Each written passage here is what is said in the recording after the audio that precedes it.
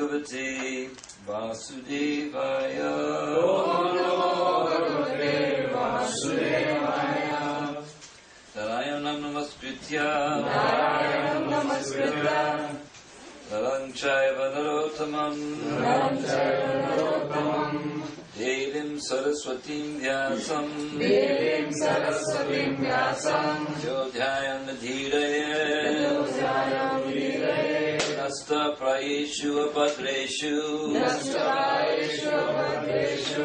Nityam Bhagavata Sevaya Bhagavatuttama Shloke Bhaktir Bhavati Naishtaki.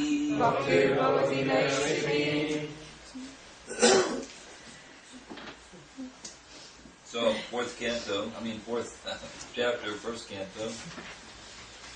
Just to briefly review the structure of this chapter, chapter 4, is that the first 13 verses, approximately 13 verses, are Shaunaka Rishi's inquiries, his questions. All of these questions will be answered in the course of the first canto, in various chapters. His first set of inquiries was about Vyasadeva. His second series were about Shukadeva Goswami. And the third about Maharaj Parikshit and the events that led up to his hearing the Srimad Bhagavatam. Now, the background of Vyasadeva's compiling the Bhagavatam is described in chapters 4 through 7. This is just for, if anybody wants to understand the structure more deeply. So, the history or the background about Veda Vyas compiling the Bhagavatam, that's described in chapters 4 through 7. The reason behind Shukadeva studying the Bhagavatam is addressed at the beginning of chapter 7. And Shukadeva Goswami's entrance into Maharaj Parikshit's assembly is discussed in chapter 19. And the story of Maharaj Parikshit's birth and reign and the reasons for his renunciation are contained in chapters 12, 16, 17, 18, and 19. Now, I didn't come up with this. This is Purijan Prabhu's research. But that's where all the answers can be found to the questions which are being raised by Shaunaka Rishi regarding Vyas, Shukadeva, and Parikshit Maharaj. Does anybody want me to repeat that, or is it just something that's not... I can if you like, but... Should I? I'll just say it one more time. So Vyasadeva's compiling the Bhagavatam is described in chapters 4 through 7. The reason behind Shukadeva studying the Bhagavatam is addressed at the beginning of chapter 7. And Shukadeva Goswami's entrance into Maharaj Parikshit's assembly is discussed in chapter 19. And the story of Maharaj Parikshit's birth and his reign, it means his time as a king, and the reasons for his renunciation are contained in chapters 12, 16, 17, 18, and 19. So basically, chapters 12 and then 16 through 19. So that's just a little background about the structure of the chapter. So the first 13 verses are Shaunaka's inquiries, and then 14 through 33 are Vyasa's accomplishments in compiling the Vedas. Talks about how he had structured Vedic knowledge for the residents of Kali Yuga, that's us. So,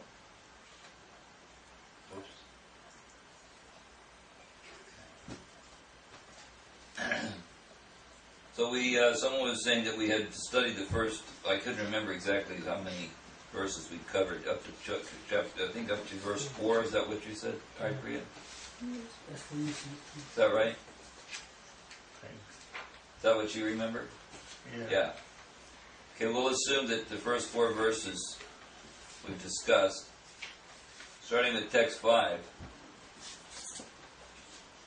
Vrishtvanu yantam vrisham atmajam apyanangam devyo hriya faridatur sutasya chitram tad diksha prachati munau jagadustasvasti tavasti sripum vidhanatu sutasya vivikta drishte. While Srila Vyasadeva was following his son, young damsels who were bathing naked covered their bodies with cloth, although Vyasadeva himself, we discussed this. Okay, I remember we discussed this about why. There was an interesting phrase though at the very last sentence in the purport. It says Srila Vyasadeva was also in the transcendental stage, but because he was in the householder's life, he did not pretend to be a liberated soul as a matter of custom. Now, this is an interesting use of the word. Why does Prabhupada use this word, do you think? He did not pretend to be a liberated soul. If he was a liberated soul, what does it mean he didn't pretend to be one? Because while you're in Monastra Dharma, you've got to follow what you are, isn't it? If you're a householder, you've got to follow. You behave as a householder behaves. To that, yeah. So in other words, it would be householder is not supposed to exhibit the same behavior as a completely liberated sage who has no material attachments. So he was basically, it was like an act, you could say. He was enacting the role of a householder.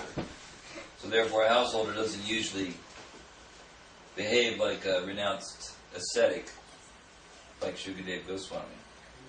But it's interesting because he did not pretend to be a liberated soul.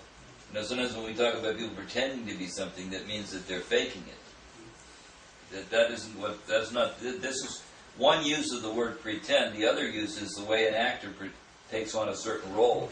Now they're pretending to be somebody else. But the idea if they're pretending to be somebody else is that they inspire others to follow certain forms of behavior. Or they, like for instance, let's suppose someone enacts the role of Jesus, pretends to be Jesus Christ. They're doing that for the inspiration of others, not to actually get name and fame for being Jesus Christ. So anyway, he was playing the role of the household. I think it's important to understand. Yeah. So I just going to where a person from South India, he just recently he went to Vaishnava Acharya, and he said, now my wife has died, and now I want to become a sannyasi. He said yes. He said I was anyway not attached to householder life. I was not attached to her, and when she died, I didn't even cry. I didn't even cry. He said, then you get married again. That's what the Acharya says. You get married again. Who told him this? Acharya of the South, Ramanuja Sampradaya. He said, now you get married again because our whole line is about crying. Crying for the God. You say you don't cry for anybody, then you're so detached that you're a completely callous, impersonal rascal. Yeah, it doesn't mean you become a stone.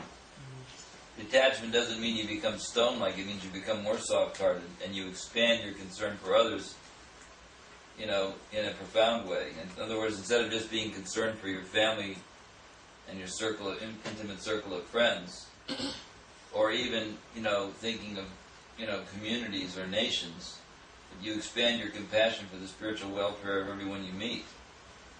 That's what it means. It doesn't mean to become hard-hearted, it means to become more soft-hearted. Mahatma, actually, one of the meanings means expanded heart. Prabhupada gave that definition once for Mahatma. It means someone with an expanded heart. Great soul or expanded heart. That's the nature of a Mahatma, that they are feeling compassion. Like Prabhupada, he used to actually weep sometimes when he would consider the difficulties that the people were having and how miserable they were in material life. When we see it, we think, yeah, the rascals. What a great soul. He thinks, oh, these persons are suffering so much. I've got to do something for them. Prahlad Maharaj, I remember when I first went to New York and heard Prabhupada speak. I was a long-haired hippie at the time. And I'd been chanting 16 rounds for about a week, and I went with the devotees to New York to see Prabhupada. And I remember the first time I saw him, sitting on the Vyasa giving a lecture, he was talking about Prahlad Maharaj. It made a big impression on me because he was saying that Prahlad Maharaj was praying to the Lord. Personally, I don't have any need for anything.